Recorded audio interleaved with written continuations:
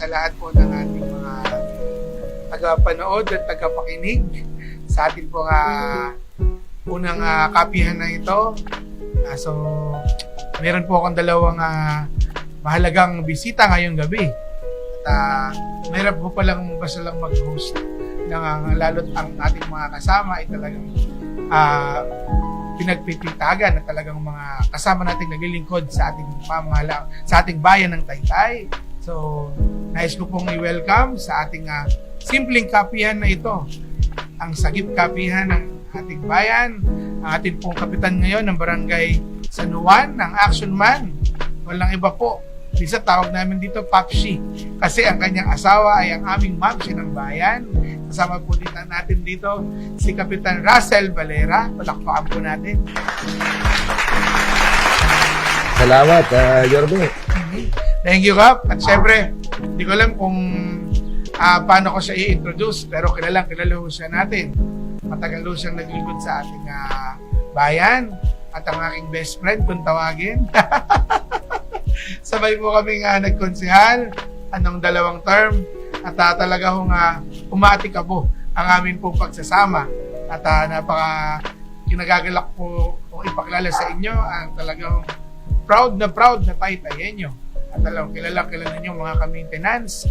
At ito po ang ating dating Vice Mayor at ang ating kasama sa lapian, Vice Mayor Bonoy Gonzaga. Magandang araw po sa lahat ng mga nanonood, lalo na yung mga ka-maintenance. Yaw. Paano nga ba tayo, Kap? Naalala mo ba Russell, nung nag-start tayo, unang lunch ba? Lunch tayo kay na Tita Anin at saka kay na Sec Alfred.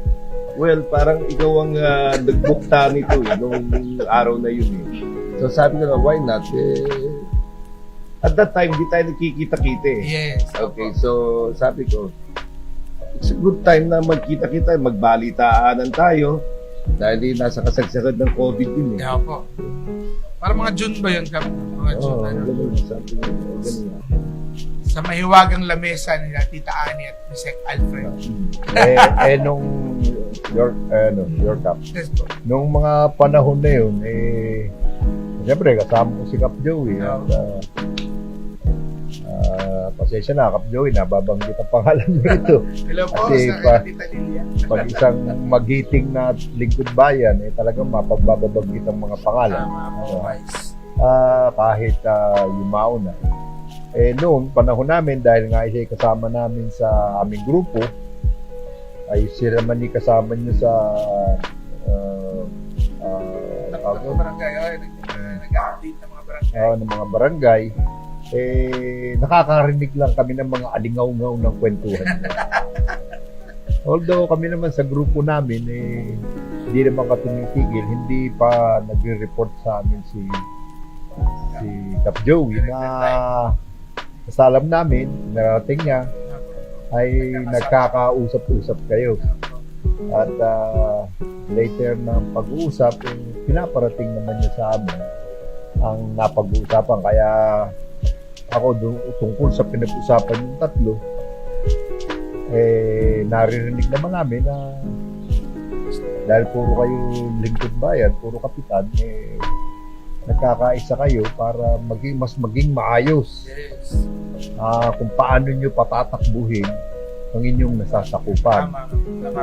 Kaya yun, so far, pag-uusapan natin yun, kayong dalawa ang Talagay pala, Vice Bonoy, nung panahon na yun, ikay Marites ka na pala. Marites na ako. Hindi, si Cap Joey Marites. For the record. Mahabang Marites. Kami, tiga-pakinig lang. Naalala ko tuloy yung si Cap Joey yung talagang after nung may nangyari, si Cap Joey una-una ko talagang nakasama. Then si Cap Russell na Kasama tayo sa konseho. nung before. Hindi, magandang tayo po siya. Kaya nga best friend na tawag ko dyan. Best friend talaga. Kaya po, talaga nung naula nga si Cap Joey, ay nagsimula yung ating pong mga pag-uusap, and then talagang in God's grace, talagang itinuloy yung ating mga pag-uusap kasama na po iba nating mga kasama sa koalisyon, and then eventually ito nga sa Taytay. Nun nga, nung nagre-report na si Cap Joey tungkol sa pag-uusap ninyo, pinapaliwanag niya kung para saan yung pag-uusap nyo, coordinating with each other kasi magkaka-boundary mga barangay ninyo. At nagtutulong-tulungan kayo in that part na kung paano mapapalawig ang paglilingkod sa barangay na nasa sakupan ninyo. Kamukha nga ng sinasabi natin, medyo naging marites kami sa aming grupo. At makikinig, ano ba nangyayari? At unti-unti na parang ipinapasok niya yung samahan yung tatlo sa grupo namin. And in our part, pag nakakarinig kami ng magagandang balita at magagandang paglilingkod sa bayan, open naman sa aming grupo. Kasi hindi naman tingin sa alaman nyo, meron kami sarili samahan. Yun di samahan ng mga lingkod bayan. Kaya medyo, ayun, simulan muna kung paano ako napalit, yung grupo namin. Paano na ba napalit dun sa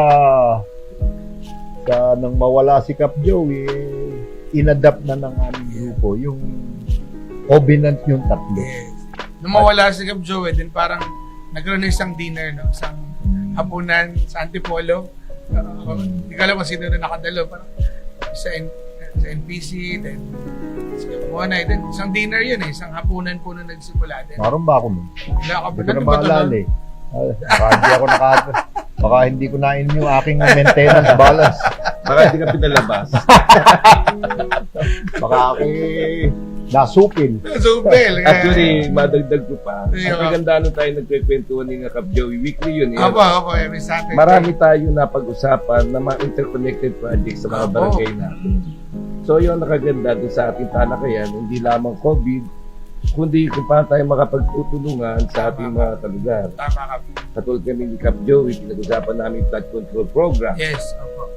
Bukod sa COVID, flood control program, kung paano namin mai-join forces yung kanilang mga tauhan at tauhan namin sa barangay upang sa gano'n, cohesive ang approach namin sa drainage problem ng ating mga barangay.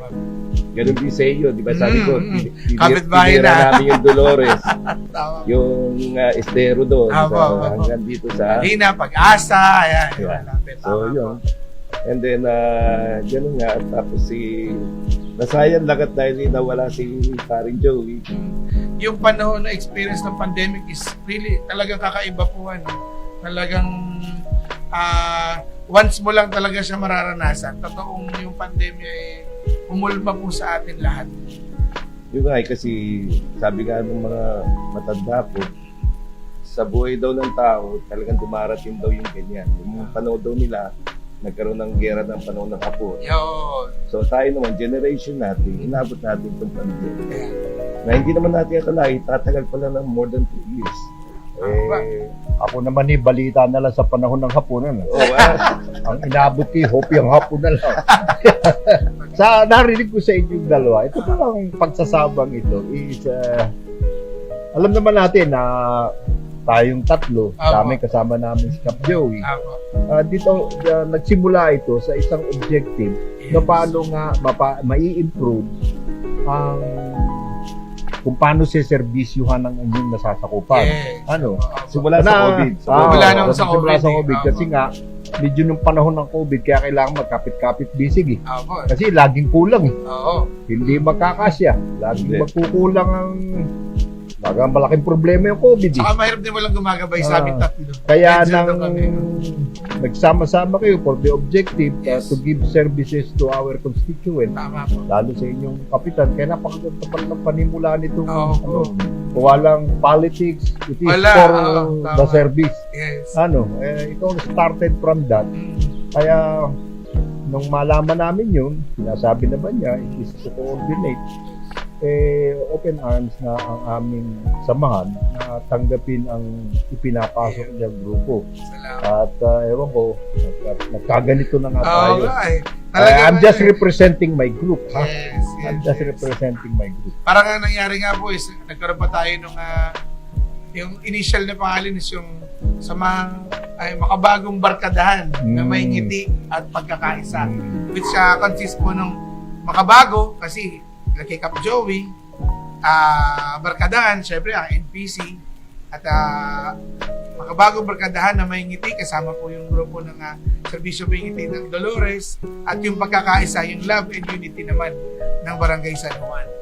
So, hanggang sa dumating dun sa yun na yung naging pangalan ng grupo, then eventually nung kayo pong dalawang magigiting na lingkod bayan ay medyo ginulat din ako ng kaunti. Tapos sa totoo po ako po naka-reading mag-giveaway dito sa dalawang ito dahil pare-pareho naman po kami ng gusto yung pagsisimula ng maganda yung para sa ating bayan, sa kada barangay. Nag-dire-diretso na siya hanggang sa nabuot na pagkaisahan na mo na maging Sagip Taytay pangalan. Pero yun po ay walang patama. Ang ibig sabihin lang naman nun, Kap, di ba, Vice? Pag-isahin, kasama pa rin ng love and unity. Yung talagang, yung unity talaga is kailangan talaga. Love and unity, barkadahan at naging barkadahan na. At Pero nauna kami na doon pa sa NPC pala. Kasama ka nun eh. Oo. Siyempre. Ako, Bilang chairman. Napakaganda nung kasi meron akong naririnig Apo. tungkol doon sa Sagip Taytay. It is kasi nagsimula nung panahon ito ng mabuo nga ito dahil may COVID Apo. at kailangan masagip natin yung ating mga kababayan. Yes. Not necessarily political yun. Yes. It is the title of being objective. May objective ba tayo na talagang yung Ibangon natin. wala naman maski mga pangulo natin, Wala. gobernador, Oo. lahat Tayo ng talaga. namumuhay, ang maghirap sagupain itong maski naman Amerika, kung ano man bansa, talagang hirap na hirap dito sa lahat. Kung tawagin ito sa Bible, salot, Yo. plague. Ano? Mapakahirap, pero kaya kailangan natin magkaisa Tama po.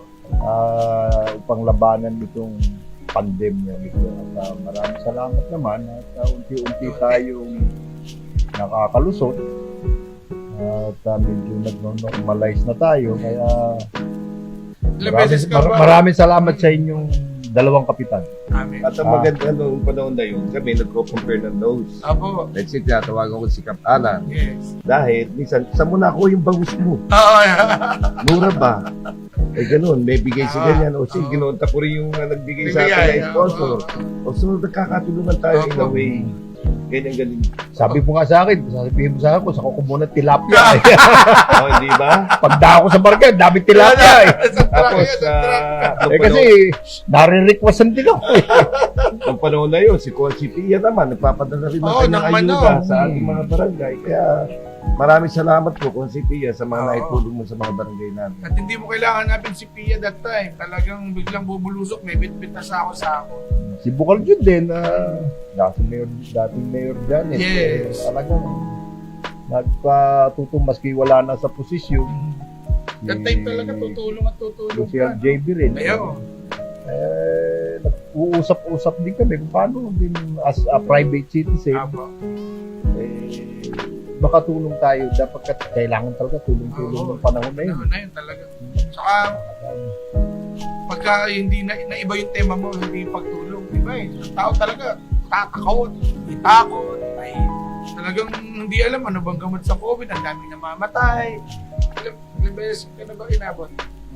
Nakadalawang COVID na Nakadalawa ka ako. na ba? Oo. Ikaw, paingat. Wala akong COVID. Nakadalawang. May anting-anting ako dyan. Ganun na galit ang aking thesis, tsaka yung mga anak ko. Tama. Kasi senior na ako. Mm-hmm. Labas ako ng labas. Senior ka na ba? Ano? Hindi, parang hindi pa. Hindi, yung tatay ko, senior. Ako junior. Hindi. Siyempre, medyo pinipigil ako, pero hindi. Dumadating talaga ang request eh. Lalo kayong mga kapitan. Apo. Talagang nakikita ko kayo. Talagang kayo nagkalat sa karsada nung panahon na yun. Walis. Oo. Ano, walis na Kaya kayo karsada. nakikiwalis din sa mga konting mga naiwan yung mga alikabok eh. Hindi ka naman makatitigil once na ikaw Nandun na. at lalapit sa itaw at talagang yun ang Eh, whether nakapwesto, whether hindi.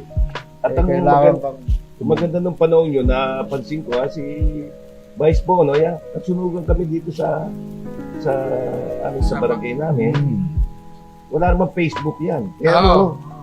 talagang tumutulong si Vice nagkita-kita Bonoy. tayo Nakita doon, kami sa school, sa Magnoylay. Hindi naman niya basta tulong na siya ng Tulong tulong. lang. At ako naman, bilang kasama sa Barangay San Juan, na-appreciate ko yung mga ganyan mga gesture Yes. ng ating mga kababayan. May best friend ko yan. Yun talaga. At kaya ngayon, talagang papasalamat po tayong lahat, ang ating grupo, ang ating lapian, na who would have thought, sino bang makakaisip sa Taytay na tayong tatlo po, kasama ang ating mga kasama sa bawat grupo. Eh, pagkakasama mo tayo, kasi iisa lang yung ating gustong magawa, kundi tumulong sa mga kalugar po natin, sa mga kababayan po natin, na sa totoo po, nung isang taong kaming nagkakainan, nagdi-dinner, nagkakape, talagang laging alam natin si Lord yung namumuno dito at itong decision po natin na ito ay talagang para sa ating bayan po ng Taytay. Amen. Amen ba, Amen. Vice? Kap? At dahil dito nga, nagkasama-sama tayo at Yes. nagkaisa. Amen. Kaya yung pagkakaisa. Talagang may love and unity. Kaya, Kailangan at talagang talagang iba ang magkaisa. barkada. Kaya, at ang nakangiti talaga, ibang klase. Amen. Ayan, so, ito lang po yung unang episode natin. Oo. Nagkape lang po kami. At siguro yan po isa sa mga pwede nating bahagi sa ating mga kababayan, maikwento yung ating pinagsimulan po. At talagang ang kailangan po natin is magtulungan. So maraming salamat po. Pwede na tayo magkape na. Tuloy na natin, magkape na tayo. Wala bang itutulak itong kape mo? Ah, Meron, may ano dyan, biskotso. pagka itong kaping iti, walang itutulak. Yung kape, baka Tigilan na magtulak. natin. Kasi Magtulakan na lang kami ni Kapitan Russell dito. ayan, so mag-fighting words na tayo. Tara na, magkape na tayo dun sa labas. Hmm. O, katapusin na natin to. Oh, salamat po mga Taytayenyo. At maraming salamat sa ating dalawang kasama na nandito ngayon. At mag-ingat po tayong lahat. So, maraming salamat po. Vice. Maraming salamat din po sa inyong dalawa, sa grupo mo Kapalan, sa grupo ng Love and Unity, at syempre sa mga kasama ko, Mayor Janet, Bukal Yes. June, si Kap LJD, Kap Monay, Kap Bugloy, yan ang mga kasama natin. At bukod sa napakarami, kung babanggitin ko, marami. Okay, so sa lahat ng viewers natin, maraming salamat po sa pagtsatsagaan yung manood sa aming tatlo. At makakaasa kayo na may magandang bukas po ang bayan ng Taytay. Ayun. Thank you, Kabrasel, at ating Vice Bonoy. So, magkakape na ho kami at maghahanap pa kami ng itutulak sa kape. Mag-ingat po tayong lahat at hanggang sa mga susunod na mga episode po ng ating kapihan At kwentuhan. at kwentuhan. Ayun. Nakangiti bilang magkakabarkada at nagkakaisa. Amen. Bye! Thank you!